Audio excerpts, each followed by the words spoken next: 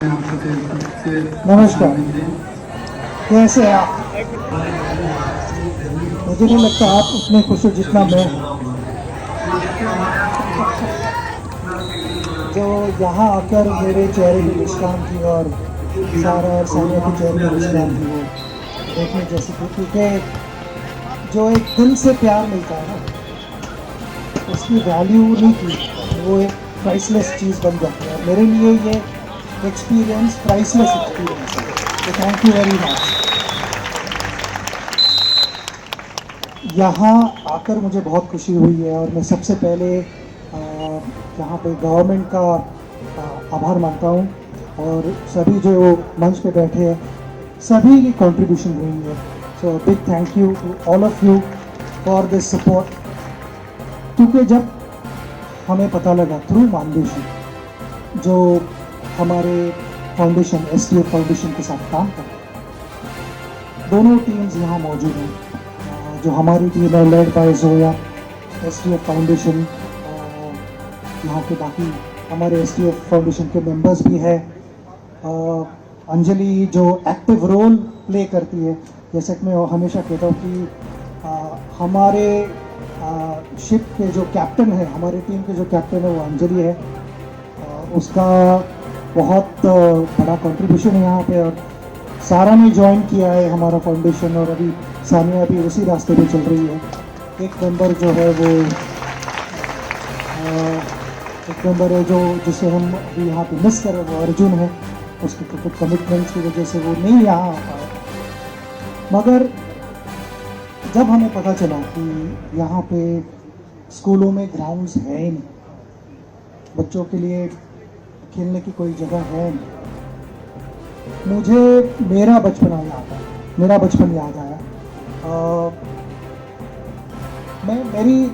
मेरे ज़िंदगी की भी शुरुआत मैदान से ही हुई थी।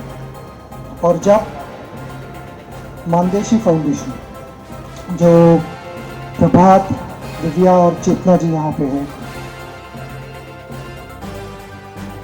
हमारा फाउंडेशन बहुत मजबूती से काम कर रहा है। और हम फॉलो करते हैं कि वो किस तरह से मोटिवेट होते हैं और अलग अलग जगह जाके अपना काम करते हैं। बातें बहुत कम करते हैं। आपने देखा ही, यहाँ पे उनके टीम के 2 लोग थे जो मेंबर्स थे, जिन्होंने मदद की यहाँ पे ये सारे ग्राउंड्स बिल्ड करने के लिए। मगर आगे नहीं बढ़ते हैं। हमेशा काम जब होता है तब आगे बढ़ते हैं। जब लोगों में उनके बारे में बात की जाती है तो हमेशा दूसरे लोग बात करते हैं, वो नहीं कभी बात करते। और मैं समझता हूँ जब किसी को कंट्रीब्यूट करना पड़ता है या करने की इच्छा होती है रादर, तो उसके कंट्रीब्यूशन का रियल रिफ्लेक्शन तभी होता है जब बाकी के लोग बात करते हैं, वो नहीं बात करते। और वही मैं कहूँगा कि हमारी जो टीम है, मैं अभी थोड़ा खुद को सचिन तेंदुलकर फाउंडेशन से थोड़ा सा दूर लेके जा रहा हूँ, क्योंकि मेरी टीम है वो बहुत एक्टिवली इन्वॉल्व है इसमें। वो बहुत मेहनत करती है और मानदेशी के साथ उन्होंने जो यहाँ कर दिखाया, मैं बहुत खुश हूँ इस रिजल्ट से। बच्चों को जब मैं देखता हूँ तो जैसे मेरी जर्नी स्टार्ट हुई मैदान से, वो मुझे याद आया। मगर जब आप मैदान पर जाते हो तो आपको एक सही गाइडेंस की ज़रूरत होती है, अच्छे कोचिंग की ज़रूरत होती है। और उसी समय हमें जो ट्रैवल कोच का प्रोग्राम है वो मानदेशी थ्रू पता चला, और हम दोनों ने इकट्ठा आगे बढ़ने की कोशिश की। हमने डिसाइड किया कि हम यहाँ पे हमारे कोचेस भेजेंगे जो यहाँ के 100 लोकल टीचर्स को ट्रेनिंग देंगे और उनको इस लेवल तक ट्रेनिंग देंगे कि वो अच्छा नॉलेज बच्चों में बांट सकें। क्योंकि अगर किसी के पास एनर्जी होती है, जैसे कि हम कहते हैं कि वो एनर्जी को डायरेक्शन देना बहुत ज़रूरी है, वो एनर्जी को चैनलाइज करना ज़रूरी होता है। डायमंड्स यहाँ पे बहुत बैठे हुए मुझे दिख रहे हैं, मगर उनको सही तरह से पॉलिश करना होता है, तब उनकी वैल्यू बढ़ते जाती है। तो मुझे यहाँ पे बहुत डायमंड्स दिख रहे हैं। और मैं सारे लड़के लड़कियों को यही कहूँगा कि ये उम्र है खेलने कूदने की,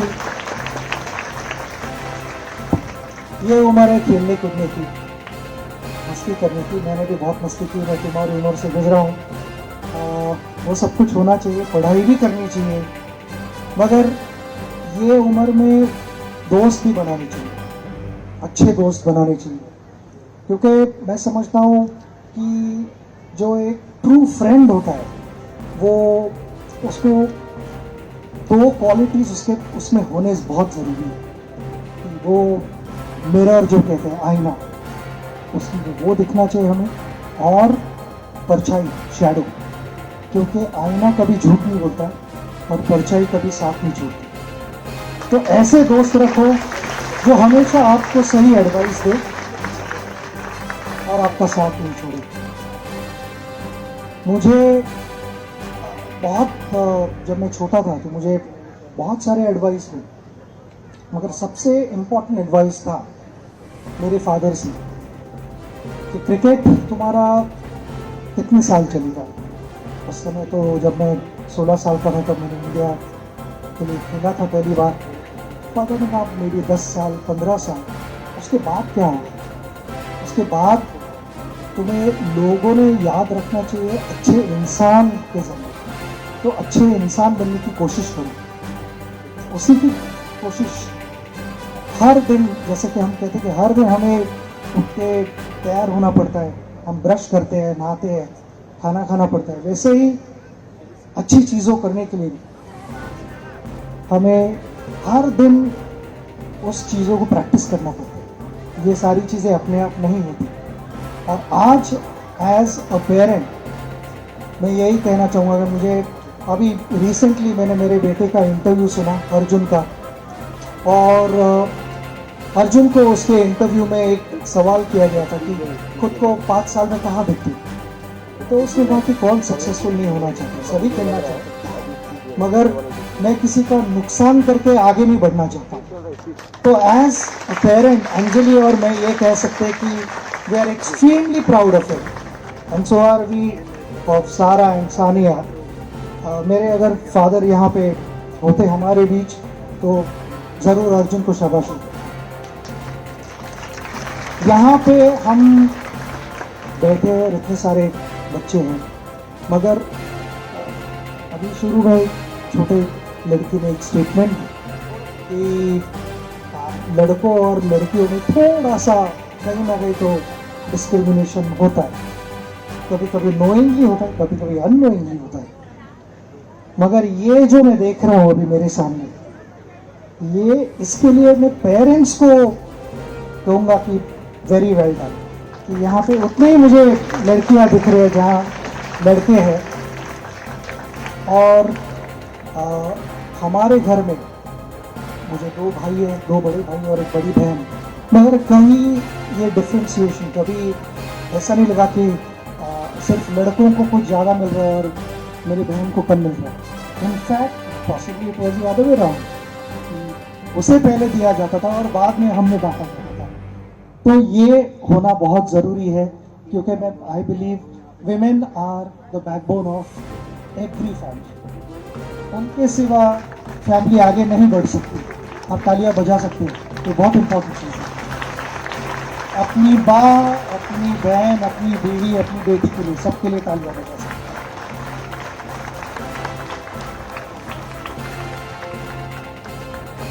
यहाँ आके मैं वापस कहूँगा मुझे बहुत खुशी हुई है।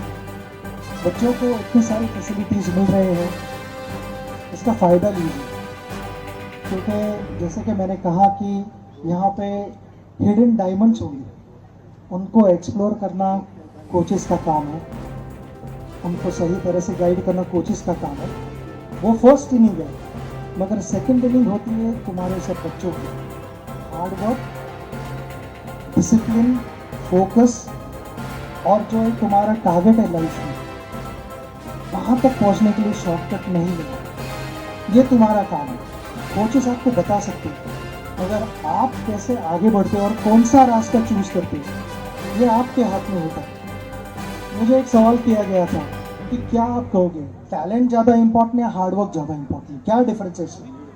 टैलेंट आता है भगवान की तरफ से, वो ऊपर वाले की देन है, मगर हार्ड वर्क करना या ना करना, डिसिप्लिन, ये आपके हाथ में होता है। तो ये एक कॉम्बिनेशन है, ये आप ज़रूर कीजिए, क्योंकि मैं समझता हूँ कि it is like a flowing water. जब पानी बहना शुरू करता है वो टैलेंट की तरह ही होता है, उसे कोई रोक नहीं सकता, वो अपने आप अपना रास्ता निकाल लेगा। और उसी तरह अगर आप शॉर्टकट नहीं लोगे तो ज़रूर अपने टारगेट तक पहुँचोगे।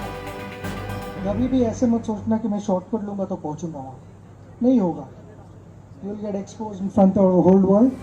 मुझे लगता है कि आपके आजू बाजू में सही लोग हैं आपको गाइड करने के लिए, तो उनका गाइडेंस लीजिए, रिस्पेक्ट करिए और आगे बढ़ते जाइए। मैं ज़्यादा और बात नहीं करूँगा, सारे लोग यहाँ पे जमा है तो मैं कहूँगा कि आपका सहयोग भी बहुत इम्पोर्टेंट है।